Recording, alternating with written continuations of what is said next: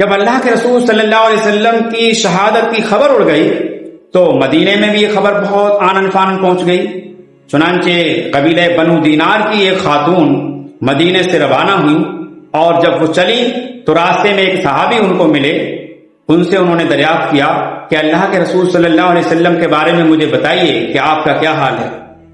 انہوں نے کہا، خاتون، اللہ کے رسول صلی اللہ علیہ وسلم تو سلامت ہیں، لیکن آپ کا بھائی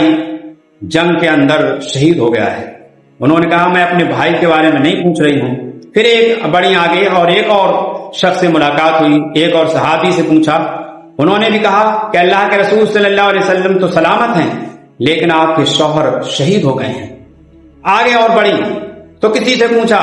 تو کہا کہ آپ کا اللہ کے رسول صلی اللہ علیہ وسلم تو سلامت ہیں، لیکن آپ کا بیٹا شہید ہو گیا ہے۔ اور پھر آگے کسی سے ملاقات ہوئی تو انہوں نے کہا اللہ کے رسول صلی اللہ علیہ وسلم ٹھیک ٹھاک ہیں، لیکن آپ کے والد اس جنگ میں شہید ہو گئے ہیں۔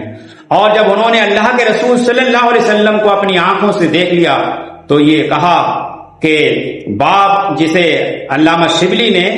اپنے الفاظ میں اپنی شاعری کے اندر اس طرح اس کو بیان کیا ہے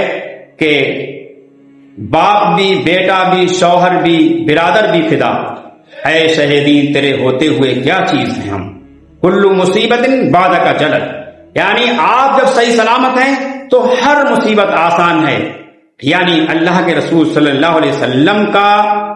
سے صحابہ کرام کا جو محبت کا انداز تھا، جو بے پناہ محبت تھی،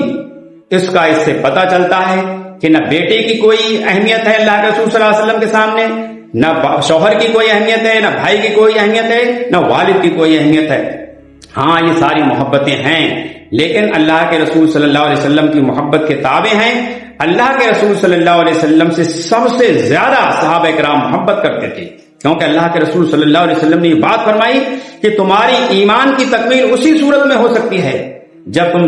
ہر چیز سے زیادہ اپنے والدین، اپنی اولاد اور تمام انسانوں سے زیادہ مجھے عزیز نہ بنا لو، مجھ سے محبت نہ کرنے لگو۔